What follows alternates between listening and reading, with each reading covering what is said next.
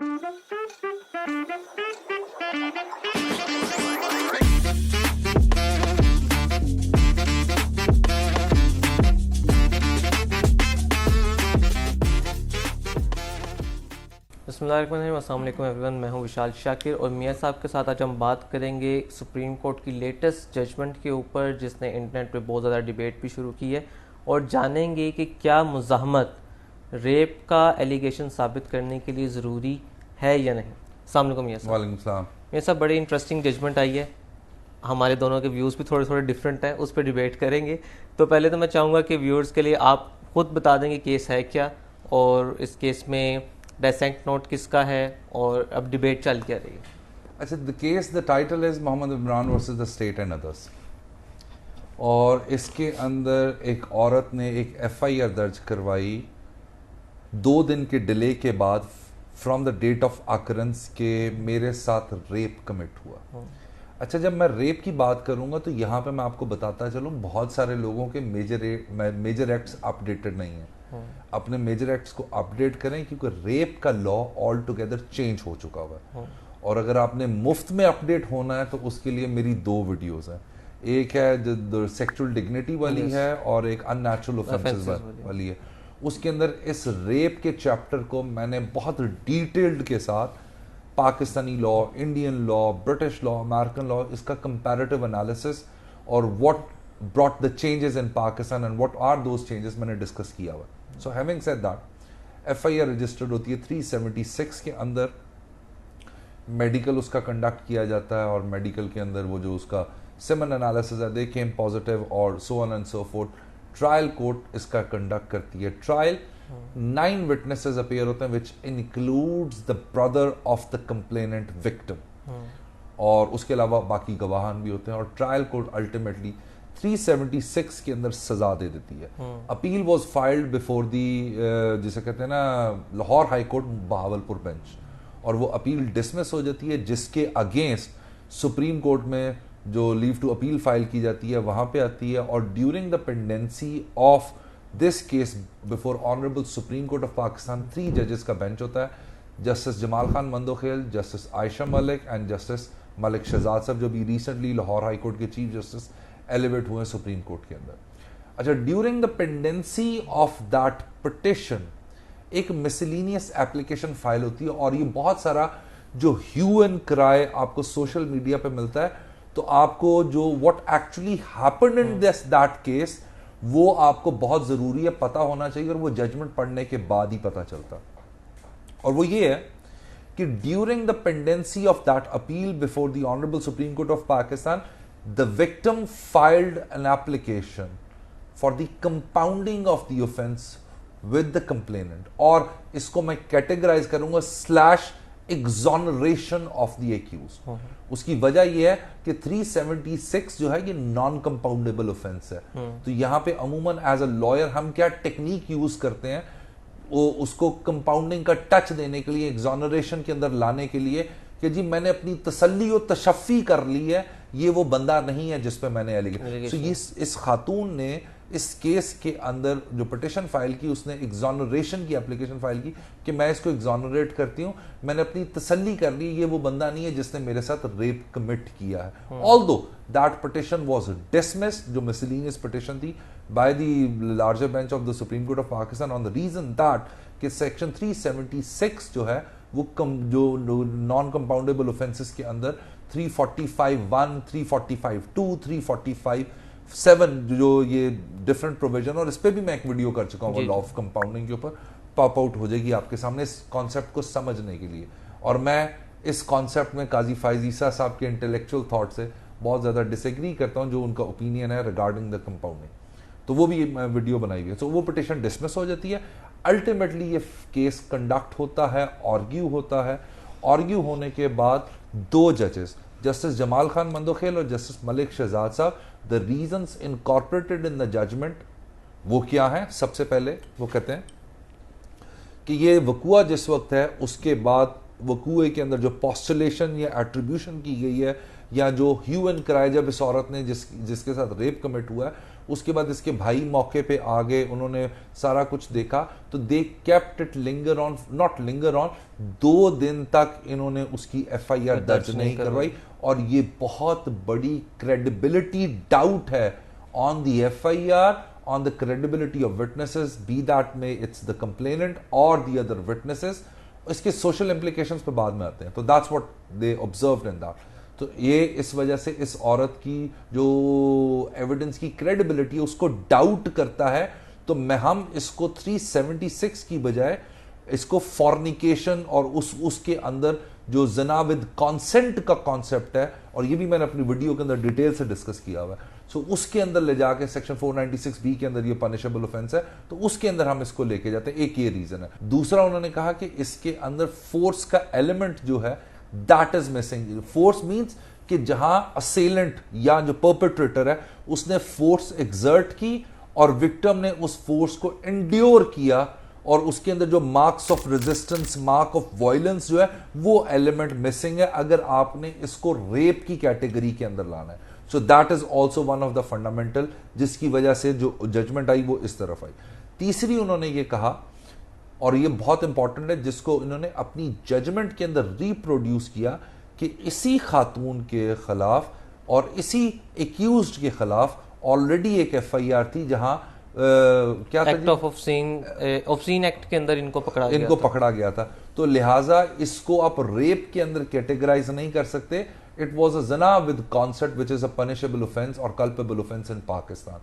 But justice Ayesha Malik ने जो अपनी रीजनिंग दी है उसके अंदर उन्होंने 375 की जो नई पोजीशन है उसकी इंटरप्रिटेशन करते हुए दोनों ऑनरेबल जजेस के साथ डिसएग्री किया है, और ये पॉइंट लिया है उन्होंने कि फोर्स एक ऐसी चीज है कि जिसको हम फैक्ट्स के अंदर नरेट या एवेल्युएट नहीं कर सकते ऑन अ रीजन दैट कि what actually happened on that time is beyond understanding. For instance, अगर उसको गन पिस्टल के ऊपर रखा हुआ था, और याद रखिएगा ये ह्यूमन साइकी के अंदर भी मैं एक चीज आपको बताऊंगा कि she was already married, so she knew what sexual intercourse is in comparison to a person who has never had a sexual intercourse. So इस वजह से तो उसका उस मौके के ऊपर अपनी जान को बचाना is more important rather than कि उसके साथ क्या होने लगा हुआ है। So that was one of the elements which was discussed कि वो फोर्स का एलिमेंट, और अगर 375 को अगर आप पढ़ें जो नई पोजीशन ऑफ लॉ है उसके अंदर जो रेप का लॉ है ये एक डिफरेंट डायनामिक्स के अंदर ऑपरेट करता है, और उसके अंदर फोर्स कभी भी कंसिडरिंग फैक्टर नहीं होता है बहुत सारे डिफरेंट सिनेरियोज में, बट आप इस वजह से उसको जनाबिल विद कंसेंट के अंदर नहीं ले जा सकते जहां पे अगर मार्क ऑफ रेजिस्टेंस या वायलेंस ना हो। So this is the differentiation point between the two judges on one side and Justice Aisha is on one side. Sir आपने यकीनन बहुत ज़्यादा रेप केसेस किए भी होंगे, ट्रायल्स भी किए होंगे, तो अब नई पोजीशन को एक साइड पे रखते हैं 375 की, आप अपने एक्सपीरियंस से बताएं कि आपके रेप केसेस जो आपने डील किए उसमें फोर्स का क्या रोल रहा है? देखो मैं आपको बताऊं, अगर आप जस्टिस आयशा की जजमेंट को देख लो और जस्टिस मलिक शहजाद साहब, क्योंकि ही इज़ द ऑथर जज, और जमाल खान मंदोखेल, बदकिस्मती ये है कि बहुत सारे लोग जो बात करते हैं ना वो जजमेंट पढ़ते नहीं है। जजमेंट में ऑलरेडी बहुत सारी कॉन्ट्राडिक्शंस हैं, यानी कॉन्ट्राडिक्शन इन अ सेंस कि वो चीजें जिसकी वजह से जजेस को परसुएड किया गया कि इसको 376 के अंदर सजा ना दी जाए, किसी और ऑफेंस के अंदर दी जाए, उसकी वजह वो कॉन्ट्राडिक्शंस है, वो मटेरियल कंसीलमेंट ऑफ फैक्ट है, फिर उसके बाद एविडेंस के अंदर जो एविडेंस प्रोड्यूस हुई है उसके ऊपर बेसिस के ऊपर। सो अगर आप देखा जाए फोर्स अनडाउटेडली एक डिटर्मिनिंग फैक्टर जरूर होता है, क्योंकि अगर somebody is saying कि I've been raped, तो उसके अंदर ह्यूमन साइकी ये परसीव की जाती है कि डेफिनेटली कोई रेजिस्टेंस आई होगी। तो नाउ द क्वेश्चन इज कि अगर रेजिस्टेंस नहीं आई ड्यूरिंग दैट सेक्सुअल इंटरकोर्स, तो क्या ये रेप के जुमरे में आता है कि नहीं आता? द लॉ सेज आता है, ठीक है, लॉ सेज आता है। सो इस एलिमेंट का मिक्स होना, क्योंकि अक्सर आप ट्रायल की जब बात करते हैं, खासतौर पर जना के केसेस के अंदर जो, या रेप की केसेस के जो ट्रायल हैं, उसके अंदर ये आर्ग्यूमेंट किया जाता है जी मार्क ऑफ वायलेंस मिसिंग है, फिर उसके बाद सीमन एनालिसिस जो है वो पॉजिटिव नहीं आया, जिसकी वजह से वो मैच नहीं करता, जिसकी वजह से ये एक वो जिसे कहते हैं ना, उसे डिफेंस के एक ये पॉइंट्स होते हैं। But on the contrary if you look at the jurisprudence with reference to law of rape, इससे बहुत आगे की बात हो गई, और उसके अंदर बिलखसूस the statement of victim is the most important point. Sir just आप जब कहते हैं कि statement of victim is the most important part, don't you think कि ये एक डबल एज स्वॉर्ड है जो लेजिस्लेटर ने पकड़ा दी है कि एक एज अ डिफेंस काउंसिल अगर आप प्रिजम्पशन ऑफ ट्रूथ अटैच कर देंगे एक विक्टिम की स्टेटमेंट को, तो उसका मिसयूज़ भी किया जा सकता है। अगर आप सिर्फ ये कह दें कि खातून की एक गवाही काफ़ी है, and with all utmost respect to all the victims out there, but ऐसा भी हो सकता है कि फॉल्स केसेस की हमारे यहाँ पे कमी नहीं है। हर केस तकरीबन जो दूसरा आता है वो किसी न किसी एग्जैजरेटेड एलिगेशंस के ऊपर होता है। ऐसा भी पॉसिबल है अगर हम इस जजमेंट की हद तक रहें कि उनका एक पास्ट कंडक्ट भी सामने आया, और उसके बाद जब 2 दिन का डिले है, तो ऐसा भी पॉसिबल है कि वो एक कंसेंटेड सेक्सुअल एक्टिविटी में मुलविस थे, पकड़े जाने के बाद फोर्सफुली एक एप्लीकेशन ड्राफ्ट करवा के दे दी गई, जिसका सारा नुकसान जो है वो ये एलिज्ड एक्यूज के ऊपर चला गया। तो डोंट यू थिंक कि ये प्रिजम्पशन ऑफ ट्रूथ अटैच कर देना और इतना ज़्यादा उसको हाई पेडेस्टल पे रख देना is a harmful thing for the. पता है विशाल, मैं आपको एक बात बताऊं, देखो हमारा सोशल फैब्रिक भी देखो, it's not some, we are not in living in a western country, ठीक है ना, वी आर इन पाकिस्तान। हमारे सोशल नॉर्म्स के मुताबिक चाहे enlightened to enlightened portion of the society हो, या बहुत ज्यादा जिसे कहते हैं lower tier of the society हो, ये एक्सेप्टेबल और कंड्यूसिव नहीं होता मेंटली साइकोलॉजिकली इस बात को एक्सेप्ट करना कि जी मेरे, यानी why would a person put an allegation on a certain person without any reasoning. तो जो अदालतें या लेजिस्लेचर ने जो यहां पे उसकी स्टेटमेंट को ये नहीं कहा कि आपने सोल उसकी स्टेटमेंट पे कन्विक्शन पास करनी है, बट जो सैंक्टिटी अटैच की गई है वो इसी वजह से की गई है। It's not easy for a victim to even say that I have been raped, but if she is saying, और यहां पे शी को खत्म कर रहा हूं मैं जी, if he or she says that I have been raped, it's something very important. It is something which is at least on a better footing in comparison to any criminal case जो उसका value of statement है। So इस वजह से वहां पे sanctity दी गई है, but at the end of the day that statement needs to be corroborated।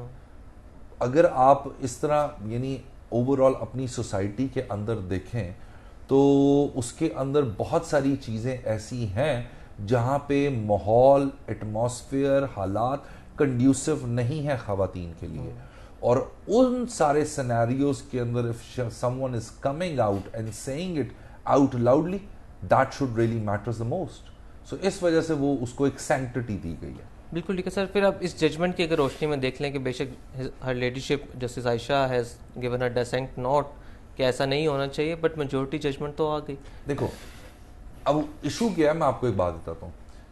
उस मेजोरिटी जजमेंट के एक पोर्शन को पकड़ा गया, और वो पोर्शन क्या है कि जी चूंकि इसके मैटर लेट रिपोर्ट किया, चूंकि इसके भाइयों ने बकौल FIR के सब कुछ देख लिया था, उसके बाद इस बंदे को शी ऑलरेडी न्यू, और उसकी एक ऑब्सीन FIR ऑलरेडी रजिस्टर्ड हुई थी जिसमें दोनों एक्यूज थे। फिर उसके बाद बहुत सारी और चीजें जो हैं उन्होंने मिला के अदालत ने इस बात के ऊपर ये डिसीजन दिया। तो उन तमाम चीजों को अगर ये आर्ग्यूमेंट या रीजनिंग ये दी जाती कि इन तमाम चीजों की वजह से, और जजमेंट में ऐसा ही है, इन तमाम चीजों की वजह से हम सजा दे रहे हैं, और लेकिन उसमें पॉइंट ऑफ जो डिस्कशन या मूड पॉइंट जनरेट किया गया वो फोर्स के एलिमेंट को किया गया कि जस्टिस आयशा मलिक साहिबा ने अपनी जजमेंट में फोर्स का element, and she is perfectly right I totally endorse what her ladyship had observed in the judgment ke most of the times, or in fact few of the times, if the victim don't resist, if victim don't have a mark of violence, so does that mean she is not being raped? She is. So उस scenario के अंदर उनकी observation बिल्कुल ठीक है, लेकिन यहाँ पे जो दो जजेस है, ऑनरेबल जजेस है, उन्होंने इस पॉइंट को डिस्कशन उन्होंने उस कन्वेंशनल फौजदारी वकालत के मैकेनिज्म के ऊपर उन कॉन्ट्रडिक्शंस की बेसिस के ऊपर इसको उधर लेके गए. That is the basic difference between the two. So would it be right और correct to say that in this scenario after this judgment in section 375 the latest updated version the element of force would play some kind of role in I the don't dynamics? think so. No, there are many other judgments. There are many other judgments. मैंने अभी आपको एक example दिए कि if somebody don't resist, yet he or she was raped, so does that mean कि we will term it or coin it as a consensual sex? The answer should be no, because if you look at the postulation of section 375, many of the acts in which actual sexual intercourse don't even take place had been brought in section 375. Yes. So इस वजह से I don't think so that would be appropriate thing. ऐसा इस judgement के अंदर ही उन्होंने honourable bench ने इसकी सज़ा 10 साल से कम करके 5 साल कर दी और इसको सज़ा दी गई एक कंसेंशुअल जना के अंदर. तो द क्वेश्चन वुड अराइज कि अगर एक्यूज को सज़ा हो रही है कंसेंशुअल जना के अंदर, shouldn't the complainant be punished with the same punishment or not? The thing is this, there is always one perpetrator and the other one is the victim. So if the issue is of consensual one, which was termed by the court as a consensual one, whereas it wasn't consensual as alleged by the prosecution or the victim in the case.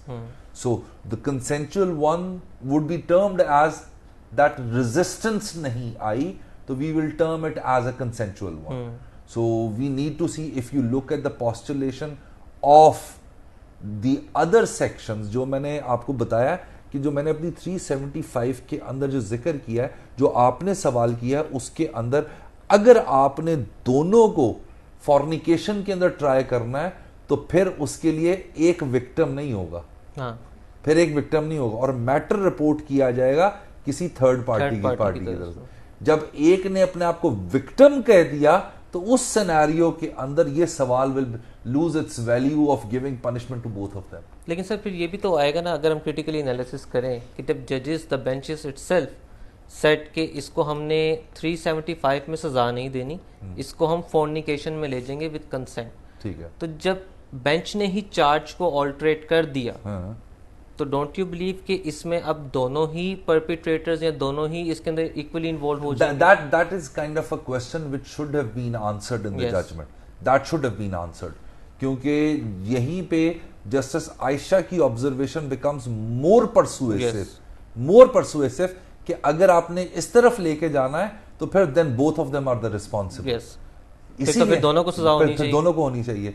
और इसका जवाब आना चाहिए था कि what is the reasoning of this picking and choose, और मेरी common prudence और हम्बल सबमिशन के मुताबिक जो बनता है वो यही बनता है कि चूंकि one is alleged to have been a victim, so that's why they termed it like that. And I believe कि जो व्यूअर्स हमारे अगर कंफ्यूज भी हैं तो हमारी वो प्रीवियस वीडियोस अगर देख लेंगे तो थोड़ा क्लियर हो जाएगी, क्लैरिटी आ जाएगी किस तरह. तो डिबेट तो उसी तरीके से रहेगी. It's a fruit for thought कि इसमें क्या बातें होनी चाहिए, मजीद रिफाइनिंग होनी चाहिए थी, जजमेंट मजीद एलेबोरेटिव हो सकती थी, और क्या इसके अंदर एक पॉजिटिव चेंजेस आ सकते हैं. We are not criticising the bench here, we are criticising और क्रिटिकली एनालिसिंग द जजमेंट कि इसमें क्या प्रो और उसके अगेंस्ट फैक्टर्स हो सकते हैं और किस तरीके से मजीद ये बाकी केसेस के ऊपर इम्पैक्ट कर सकती है. रियली आर थैंकफुल टू मियां साहब जिन्होंने इतनी डिटेल में इसको एक्सप्लेन किया. Stay tuned for more such like videos. Allah Hafiz.